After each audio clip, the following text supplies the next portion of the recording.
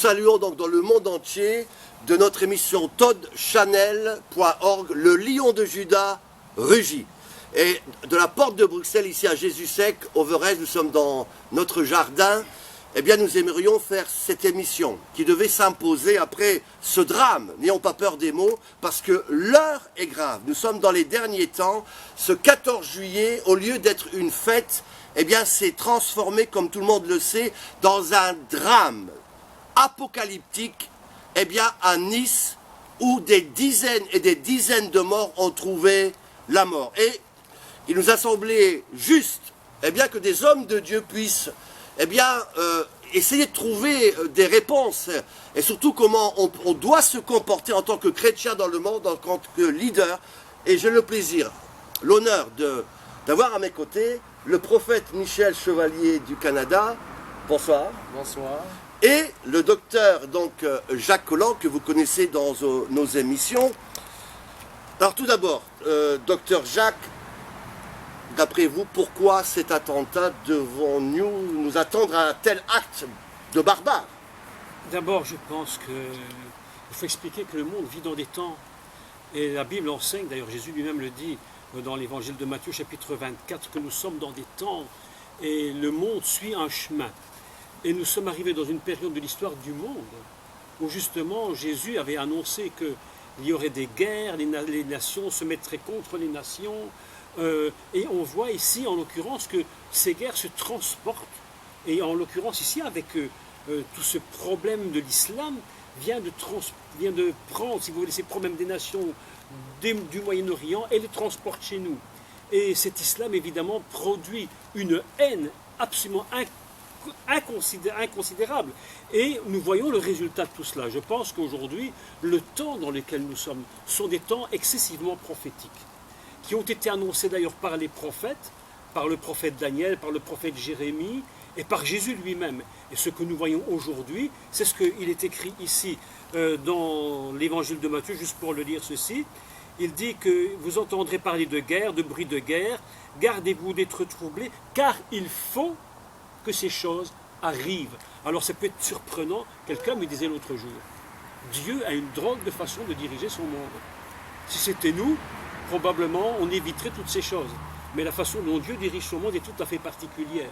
Et aujourd'hui, nous sommes en train de constater que toutes ces nations qui se montent les unes contre les autres, qui transportent leur guerre, leur haine jusque dans nos pays, produisent ce qu'on a vu hier. Alors, quand même, on ne peut pas dire qu'à chaque fois ce sont... que tous les islamistes sont des terroristes, mais quand même, à chaque fois qu'on voit qu'il y a un attentat, eh bien, c'est quelqu'un d'origine islamiste. Alors, pourquoi, monsieur le prophète Michel Chevalier? Mais moi, je crois que, d'abord, c'est que toute la culture musulmane, elle est déjà presque 1000 ans en arrière sur la culture occidentale. Absolument. La culture de l'ère chrétienne. Donc, eux sont déjà en arrière de par leur histoire.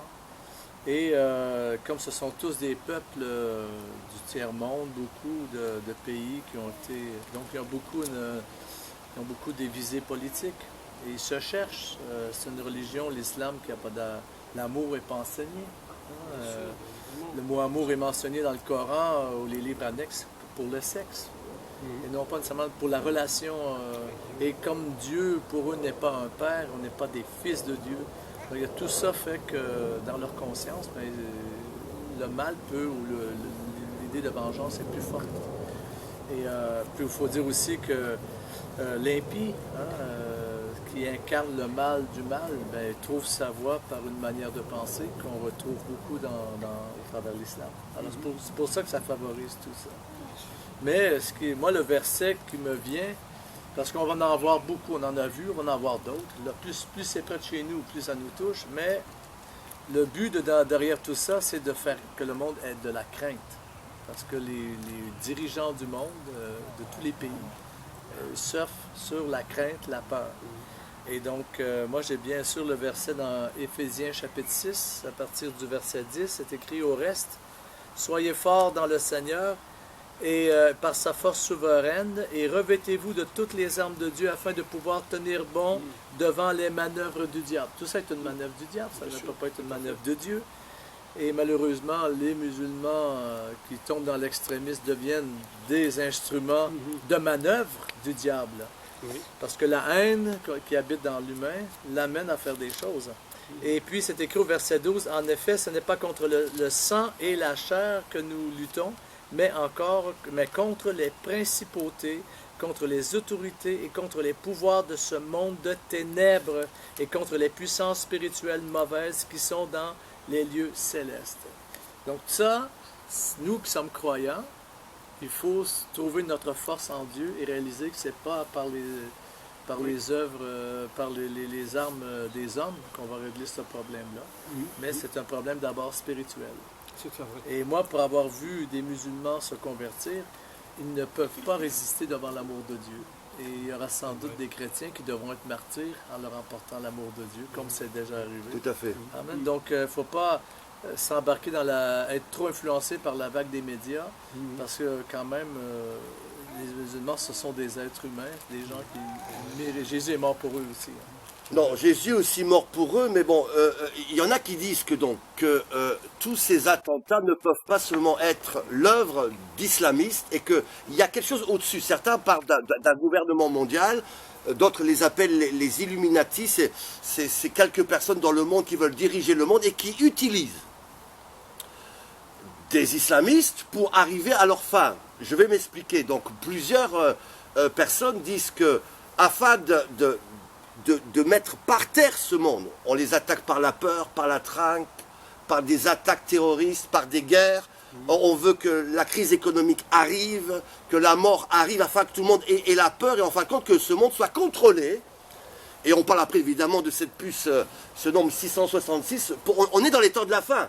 Et donc il y a un gouvernement mondial qui utiliserait aujourd'hui ces attaques terroristes pour en fin de compte arriver à leur fin. Donc nous en tant que chrétiens, eh bien on doit prier que Dieu nous garde et que Dieu aussi illumine les yeux des cœurs des gens, que Dieu les protège, mais aussi que ces extrémistes eh bien, aient une relation et une découverte de Jésus-Christ qui pourra les faire arrêter de telles attaques. Il y a un texte ici qui est tout à fait intéressant et qui dépeint vraiment le temps dans lequel nous vivons, dans le prophète Isaïe au chapitre 5, au verset 30.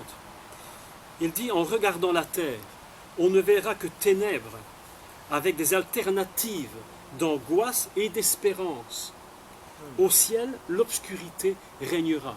Alors là, c'est un texte très intéressant qui me fait vraiment revenir sur ce que Michel disait, c'est que ici, il y a des alternances, des moments de paix, et puis tout d'un coup des moments de véritable violence comme on a connu hier, et puis de nouveau ça va être la paix pendant quelques temps, et les gens continueront leur vie normalement.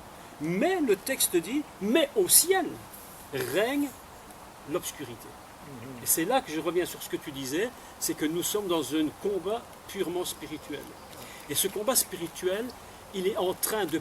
Je crois que c'est un combat spirituel très violent, parce que je crois que le Messie que les Juifs attendent, et dont ils disent que c'est la délivrance finale lorsqu'il va venir, je crois qu'on est en train de voir tous les signes qui annoncent que le Messie va apparaître. Et ça, c'est quelque chose absolument important. D'ailleurs, j'écoutais hier les rabbins qui disaient une chose extraordinaire. Ils disaient aux Juifs du monde, ce rabbin disait, mais revenez à la Torah, revenez à la Torah. Il ne disait pas revenez au Messie, parce qu'il n'y croyait pas en tant que Yeshua ou Jésus le Messie. Il disait revenez à la Torah, parce que le Messie approche. Il est presque là. Et alors, il y a vraiment quelque chose d'absolument extraordinaire. Et je crois qu'ici, c'est en regardant la terre, on ne verra que des ténèbres avec des alternatives, ça c'est vraiment un texte incroyable, d'angoisse et d'espérance. Alors tout le monde espère que demain ira mieux, et puis tout à coup on se dit, mais demain ça va être pire. Vous êtes sur totchannel.org, donc le lion de Juda rugit. Nous sommes dans cette émission après les attentats de Nice. Quand même une question, nous en tant qu'Église, on a quand même un rôle. La Bible déclare qu'il faut prier pour nos villes, rechercher le bien de nos villes, prier pour les autorités. Et je pense qu'aujourd'hui, les autorités n'ont pas les réponses pour protéger nos villes. N'oublions pas que chaque grande ville aujourd'hui est un danger où des guerres peuvent arriver, des meurtres. je pense qu'il faut que l'Église se réveille. Il me semble, prophète Michel Chevalier, que l'Église est endormie, que les pasteurs sont endormis, qu'on ne se rend pas compte dans le temps que nous sommes. Ouais. Ben, de toute façon, quand la parole de Dieu parle des ministères établis, ben, au temps du début de l'Église, même Rome reconnaissait les autorités dans l'Église comme étant presque des gens, on va dire, même politiques. D'ailleurs, même le mot pour communion fraternelle de l'Église dans la Bible, c'est un mot, koinonia, c'est un terme politique, c'est un terme de parti politique au temps des Grecs. Donc, il faut que l'Église cesse d'être qu'entre elles. Hein, parfois, on va dans une ville comme ici en Belgique ou à Paris, une des plus grandes églises, c'est que des Africains. Un exemple, il n'y a rien de mal pour ça, mais c'est qu'ils sont ici, mais ils sont qu'entre eux. Voilà. Ça peut être la plus grande église, mais quel impact ils ont? Donc, ils travaillent l'Afrique en France, ils vont travailler l'Afrique en Belgique. Mais le rôle de l'Église, le résultat d'une vraie communion entre des croyants, ça doit affecter le monde politique parce que l'Église est un courant politique du ciel. C'est pour ça que dans les écrits, on pourrait dire apocryphes ou historiques, l'Église donc est un courant politique du ciel. Ça c'est fort. L'Église est la manifestation visible du royaume de Dieu. Ce que le monde ne voit pas de l'Église, ce que le monde ne voit pas du royaume, ce sont les anges. Mais nous, les ministres de Dieu et les croyants, nous sommes des gens remplis de vie, de lumière. Nous devons agir dans le royaume comme dans notre dimension à nous sur terre, comme les anges, eux, dans la dimension avec Dieu, obéissent à Dieu. Mais juste ça pour revenir, dire que même l'apôtre Paul, j'ai fait des études il y a quelques années sur tout ce qui est historique du Nouveau Testament, et je suis tombé sur des textes où l'apôtre Paul échangeait avec un sénateur de Rome qui avait connu Dieu, qui avait connu Christ. Et Paul voulait faire influencer pour qu'à Rome, on relève un peu la persécution et tout ça, de déçu les chrétiens. Et c'est au travers de ça qu'on a commencé à appeler dans les lettres les chrétiens comme étant la tribu des chrétiens. Et qui a rattrapé tout ça après, 200 ou 300 ans plus tard, c'est Constantin, quand il a eu sa soi-disant conversion, tout ça, il a fait du christianisme la religion de son royaume. Mais tout ça pour dire que nous, les croyants, on a des armes qui ne peuvent pas être vues. Et on peut les exercer au travers de la prière et en sortant de nos églises, puis en allant dans le monde pour influencer le monde au travers de nos relations. Nous, il est arrivé une situation au Québec il y a quelques mois. Un homme du deuxième parti du Québec, le Parti québécois, qui s'appelle Pierre Pellado, un empire médiatique, tout ça, avait tout mis ça de côté pour la politique. Du jour au lendemain, il déclare qu'il ne veut plus rien faire. Là, c'est le gros. Tout le monde se dit, mais pourquoi il fait ça? Et c'est l'homme le plus puissant après le premier ministre, c'était lui. Et lui, il aurait pu faire du Québec un pays, même s'il aurait voulu. Donc, lui, il a dit, j'arrête tout ça pour me concentrer pour mes enfants. Parce que ma femme m'a laissé à cause de la politique. Tout ça. Pour le bien de mes enfants, j'abandonne tout ça. Lui, cette décision-là a amené tous les médias au Québec et au Canada à parler de l'importance de la relation entre les pères, les parents, les enfants, les divorces. Pourquoi ne pas divorcer? Pourquoi ça serait mieux de rester ensemble? Chercher le... Et ça, c'est un message du royaume qui est en train d'entrer dans le monde, alors que le gars, il n'est pas un évangélique, tu comprends? Alors, Dieu, ça donne une leçon. Une église voudrait faire un grand séminaire sur le mariage, les couples, la famille. Il n'y aurait personne du monde qui viendrait là. Mais lui a conscientisé les gens. Alors, nous, il faut que l'Église, on arrive à poser des gestes, des actions qui vont faire prendre conscience au monde de qui nous sommes et les emmener. C'est comme ça qu'on va toucher le monde. Moi, je pense que l'Église est démissionnaire et que l'Église doit reprendre position, comme du temps dans l'Ancien Testament aussi, on voit Joseph, on voit Daniel qui a influencé leur ville, leur pays. Donc, l'Église aujourd'hui, vous qui écoutez Todd Chanel dans le monde entier, nous les chrétiens, on a une responsabilité. Les politiciens n'ont pas de réponse, on le voit, attentat après attentat. Ils ne savent pas quoi faire, ils ne savent pas quoi dire. Au contraire, ils s'enfoncent complètement dans l'obscurité. On doit se réveiller, nous les pasteurs, les apôtres, les prophètes, eh bien pour lever l'Église, et qu'elle ait un impact dans ce monde pour prier pour les autorités. Pourquoi pas aussi prier pour qu'entre nous, des hommes se lèvent pour influencer la politique, parce que la puissance, l'autorité, les solutions, eh bien, sont dans le nom de Jésus-Christ de Nazareth. C'est le seul sauveur, c'est le seul Dieu vous qui regardez cette émission, il faut se repentir, accepter Jésus. On est dans les derniers temps. C'est pour cela que le mal s'accélère.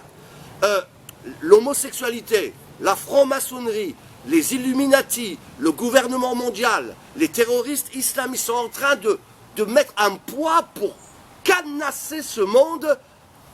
Nous sommes en danger. Il est temps qu'on se réveille. Docteur Jacques Molan. C'est-à-dire qu'en fait, on vit dans un double système, qui est un système politique humain inévitable, mais comme disait Michel, nous sommes aussi, Jésus a dit, le royaume des cieux est venu parmi vous. Et ce royaume qui est venu parmi vous, évidemment que le monde n'arrive pas à le voir. Donc c'est à nous de révéler quel est ce royaume au milieu d'un royaume terrestre qui est complètement déstructuré, où plus personne ne comprend rien. Et c'est à nous. Et d'ailleurs, Jésus a dit une chose très importante. Il a dit, vous êtes la lumière du monde. Il a dit, vous êtes la lumière du monde. Et parfois, les chrétiens ont mal compris ce texte parce qu'ils croient qu'ils sont, comme il le dit souvent et comme on l'a enseigné beaucoup, nous sommes une petite lumière dans notre coin. Mais Jésus n'a jamais dit ça. Il a dit, vous êtes la lumière du monde. Et en plus, parenthèse de parenthèse, il disait ça au peuple juif. Ouais. C'est aux juifs qui disaient, vous êtes la lumière du monde. Et si on pouvait, évidemment, c'est le but de détruire ce peuple d'Israël pour que justement il ne soit pas cette lumière. Aujourd'hui, nous faisons partie de l'Israël spirituel par le Messie. Donc nous sommes un royaume de lumière au milieu d'un royaume de ténèbres. Et c'est pourquoi il y a des alternances. Et parce que Dieu est encore bon de laisser du répit, mais jusqu'au moment où le monde va déborder de méchanceté, et tu sais que le monde, je le crois vraiment, peut aller jusqu'à se venger du mal qu'on lui fait. La terre se venge. Il a dit malheur à celui qui détruit la terre. Absolument, en tout cas. Donc, au lieu d'être la lumière et de la mettre sur la table, nous les chrétiens, souvent, eh bien, on est des missionnaires, elle est sous la table, et souvent par des erreurs du monde évangélique, par des manières de faire. Les églises deviennent sectaires. Il est temps de secouer tout cela et que enfin l'Église se lève, des hommes et des femmes de Dieu se lèvent, prennent leurs responsabilités, prient pour le pays, impactent la ville où elles sont, impactent, n'est-ce pas, le pays dans lequel ils sont. Il est temps que l'Église se réveille, c'est votre responsabilité. Et donc, il y a ce texte quand même qui est très fort dans Apocalypse, on parle de ces 4 chevaux, aussi Apocalypse 6, 4 qui nous décrit le cheval blanc, puis le cheval roux, puis le cheval, n'est-ce pas, noir, puis le cheval vert. Et n'est-ce pas, le cheval blanc qui représente la conquête, le cheval roux qui représente la guerre, le cheval noir, n'est-ce pas, la crise économique et la famine, et le cheval vert, la mort. Et dans Apocalypse 6, il est dit clairement que ces 4 chevaux sont lancés.